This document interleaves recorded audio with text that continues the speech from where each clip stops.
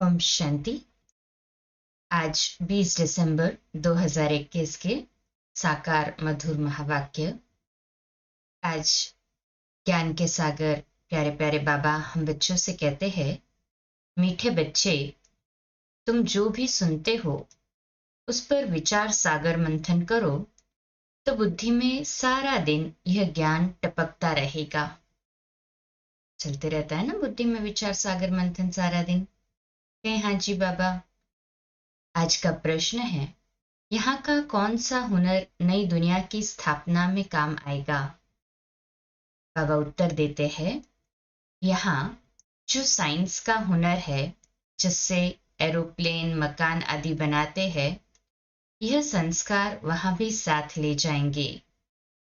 यहाँ भल ज्ञान न ले, लेकिन वहां यह हुनर साथ जाएगा। तुम अभी सतयुग से लेकर कलयुग अंत तक की हिस्ट्री ज्योग्राफी जानते हो। जानते हैं ना सभी सारी हिस्ट्री ज्योग्राफी? कहें हाँ जी बाबा। तुम्हें पता है कि इन आंखों से जो कुछ पुरानी दुनिया को देखते हैं वह सब अभी खत्म होना है। आज का गीत है, तूने रात गवाई सो के, दिवस गवाया खाके। ओम शांति।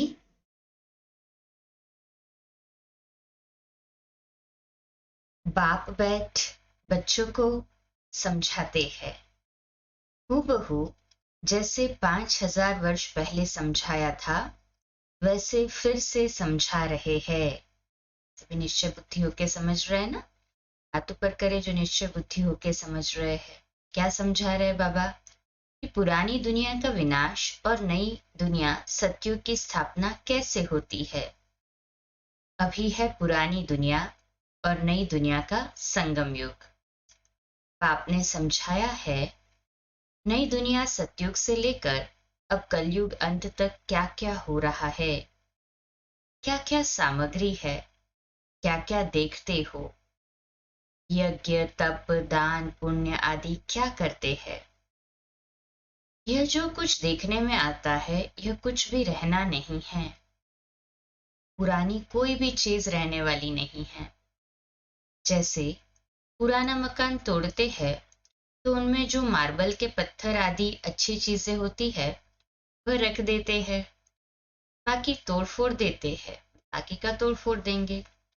तुम बच्चे जानते हो यह पुराना सब खत्म होना है, बाकी यह जो साइंस का हुनर है वह कायम रहेगा। तुम सब जानते हो कि यह सृष्टि चक्र कैसे फिरता है, सतयुग से लेकर कलयुग अंत तक क्या क्या होता है। यह साइंस भी एक विद्या है, उनसे एरोप्लेन बिजली आदि सब कुछ बने हैं। पहले ये नहीं था, अब बना है। दुनिया तो चलती रहती है ना। भारत है अविनाशी खंड, प्रलय तो होती नहीं। यह साइंस जिससे अभी इतना सुख मिलता है, यह हुनर भी वहां रहता है। कहाँ? सतयुग में। सीखी हुई चीजें दूसरे जन्म में भी काम आती है। वंडर है ना ये भी। कुछ न कुछ रहता है। यहाँ भी अर्थक्वेक जहां होती है तो फिर जल्दी में सारा नया बना देते हैं। वहां नई दुनिया में विमान आदि बनाने वाले भी होंगे। सृष्टि तो चलती ही रहती है ना। यह बनाने वाले फिर भी आएंगे। अंतमति सो गति होगी। भल उन्हों में यह ज्ञान नहीं है, परंतु वह आएंगे जरूर और आकर नई नई चीजें बनाएंगे। यह ख्यालात अभी तुम्हारी बुद्धि में है। यह सब खत्म हो जाएंगे, बाकी सिर्फ भारत खंड ही रहेगा। सारी दुनिया खत्म हो जाएगी, केवल भारत अविनाशी खंड ही रहेगा ना। तुम वॉरियर्स हो, है ना सभी योद्धा? कहें हाँ जी बाबा। अपने लिए योग बल से स्वराज्य की स्थापना कर रहे हो। वहां सब कुछ नया होगा। तत्व भी जो तमो प्रधान है वह सतो प्रधान बन जाएंगे। तुम भी नई दुनिया में जाने के लिए अब पवित्र बन रहे हो। तुम जानते हो हम बच्चे यह सीखकर बहुत होशियार हो जाएंगे। बहुत मीठे फूल बन जाएंगे। तुम कोई को भी यह बातें सुनाते हो तो वो बहुत खुश होते हैं। जो कितना अच्छी रीति समझाते हैं उन पर बहुत खुश होते हैं। कहते हैं यह समझाते तो बहुत अच्छा है, परंतु जब ओपिनियन लिखने लिए कहते हैं तो कहते हैं विचार करेंगे। इतने में हम कैसे लिख सकते हैं? एक बार सुनने से बाप से योग कैसे रखे? यह सीख नहीं सकते। अच्छा तो लगता है। तुम यह जरूर समझाते होंगे कि अब पुरानी दुनिया का विनाश होना है। पापों का बोझा सिर पर बहुत है। ये पतित दुनिया है। पाप बहुत किए हैं। रावण राज्य में सब पतित है। तब तो पतित पावन बाप को बुलाते हैं। यह ज्ञान अभी तुमको है। सतयुग में यह कोई नहीं जानते कि इनके बाद त्रेता आएगा। वहां तो प्रारब्ध भोगते हैं। अब तुम बच्चे कितने बुद्धिमान बनते हो। जानते हो, हमको रूहानी बाप पढ़ाते हैं। बाबा है वर्ल्ड ऑलमाइटी अथॉरिटी। वह है शास्त्रों की अथॉरिटी। उन शास्त्र पढ़ने वालों को ऑलमाइटी नहीं कहा जाता है। यह सब भक्ति मार्ग के शास्त्र है। बाकी यह जो बाबा तुमको पढ़ा रहे हैं, यह है नई दुनिया के लिए नई बातें। तो तुम बच्चों को बहुत खुशी होनी चाहिए। खुशी का पारा चढ़ा सभी का? कहे हाँ जी बाबा। बुद्धि में सारा दिन यह ज्ञान टपकता रहे। स्टूडेंट जो पढ़ते हैं उसको फिर रिवाइज भी करते हैं, जिसको ही विचार सागर मंथन कहा जाता है।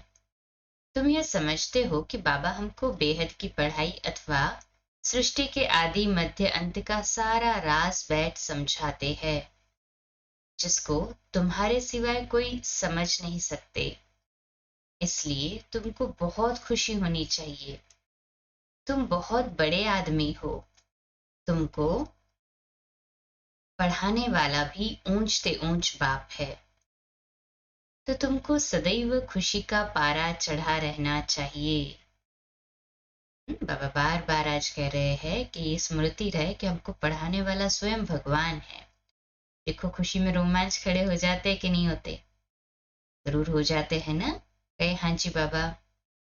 सदैव बुद्धि में ये बातें रिवाइज करो कि पहले पहले हम पावन थे, फिर 84 जन्म ले पतित बन गए।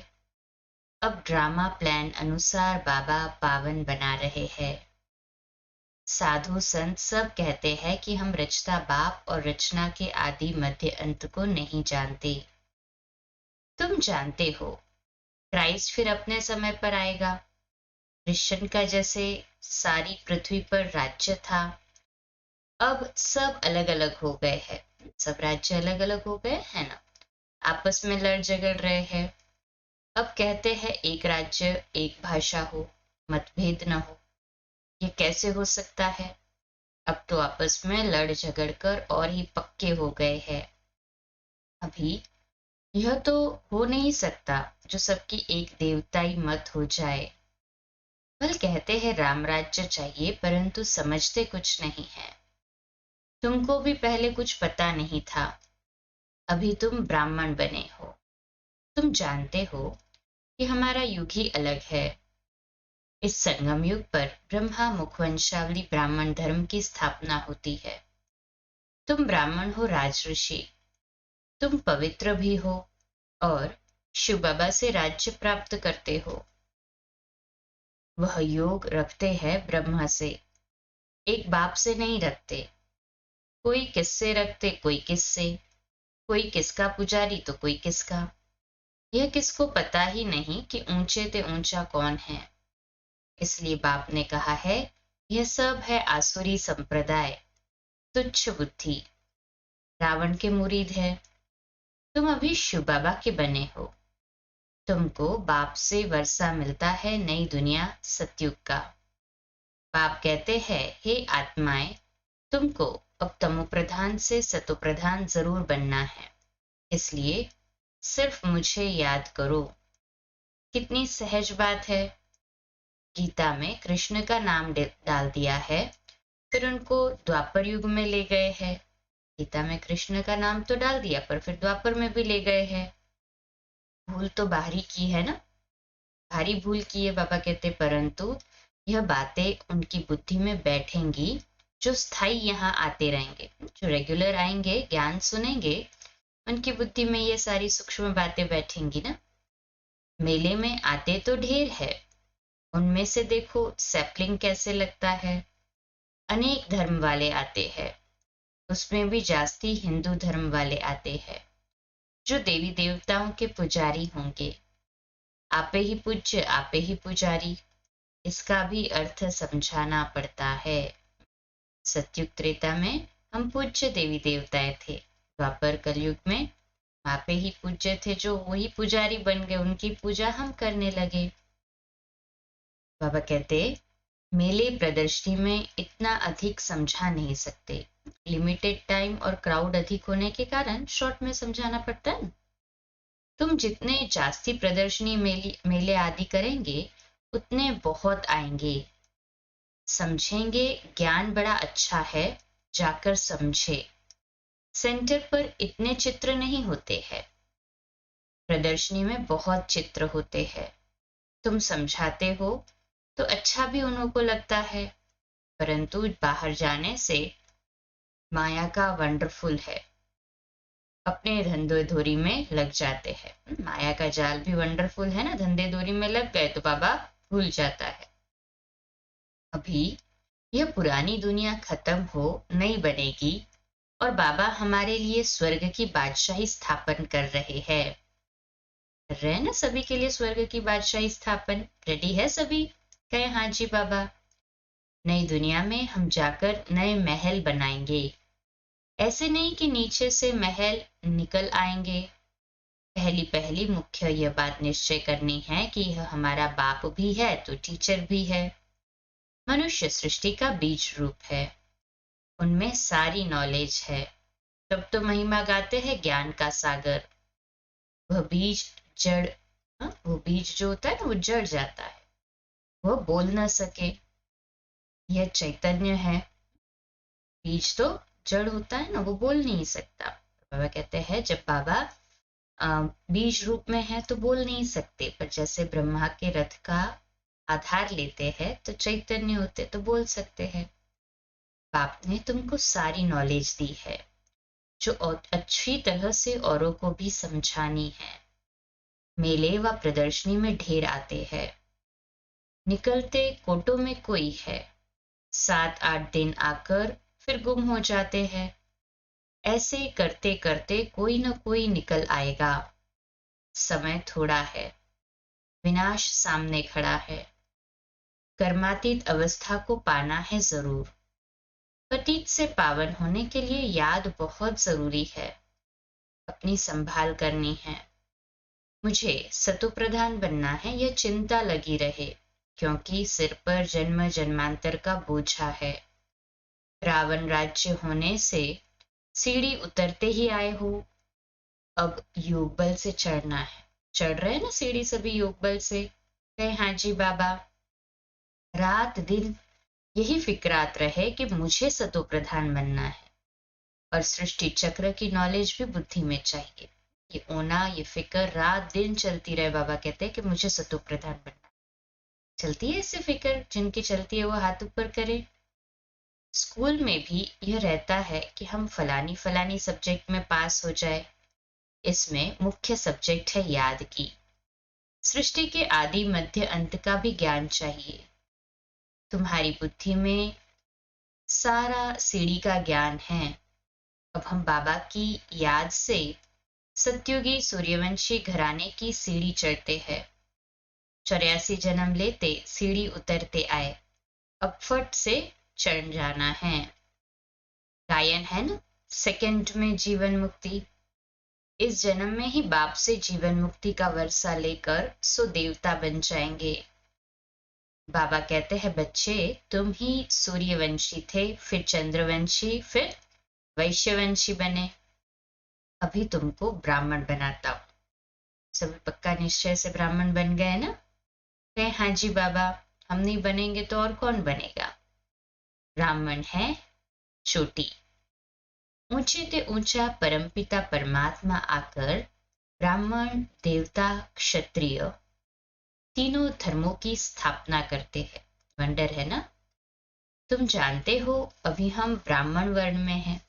सभी कहाँ पर है? अभी ब्राह्मण वर्ण में है। फिर देवता वर्ण में आएंगे। बच्चों को रोज कितना बुद्धि में ज्ञान भरते रहते हैं जिसको धारण करना है, नहीं तो आप समान कैसे बनाएंगे? सूर्यवंशी घराने में बहुत थोड़े आएंगे जो अच्छी रीति पढ़ेंगे और पढ़ाएंगे। उस समय तुम्हारी गतमत दुनिया से बिल्कुल न्यारी है। जैसे कहते हैं ईश्वर की गतमत न्यारी है। तुम्हारे सिवाय कोई भी बाप से योग लगाते नहीं है। जब बाप को वास्तविक रूप में पहचानते ही नहीं है तो योग कैसे लगाएंगे ना? क्योंकि उसका नाम और स्थान, उसका रूप और उसके गुण और वो क्या करता है, ये सारा जब पता होगा तभी तो उससे कनेक्ट हो पाएंगे ना, योग लगा पाएंगे तभी। प्रदर्शनी में आते हैं फिर चले जाते हैं, सुनते भी कई है परंतु चले जाते हैं। वह बन जाते हैं प्रजा। जिनको जिनको आप ज्ञान सुनाते हैं वो सब क्या बन गए? प्रजा बन गए। भैया प्रजा बनेंगे तो प्रजा भी तो चाहिए, बाबा कहते हैं। वो बन जाते हैं ना प्रजा। बाकी जो अच्छी रीति पढ़ेंगे पढ़ाएंगे वह अच्छा पद पा सकते हैं। तो सभी क्या है? अच्छा पद पाने वाले हैं। कहे हाँ जी बाबा। फिर तुम्हारी यह मिशनरी भी जोर भरती जाएगी। मिशन है ना हमारा भी। क्या मिशन है हमारा? नर तू ऐसी करनी कर, नर से श्री नारायण और नारी से श्री लक्ष्मी बन। तो बहुतों को कशिश होगी, आते रहेंगे। नई बात को फैलाने में बाबा कहते हैं नई जो बात होती है ना वो फैलने में टाइम तो लगता है। स्प्रेड एकदम से तो नहीं होगी। माउथ टू माउथ पब्लिसिटी होते होते होते स्प्रेड होते जाती है। बाबा भी कहते हैं जो नई बातें होती हैं उनको फैलने में तो समय लगेगा ना। लगता है समय, एक्सेप्ट करे। चित्र भी फट से बहुत बन जाएंगे।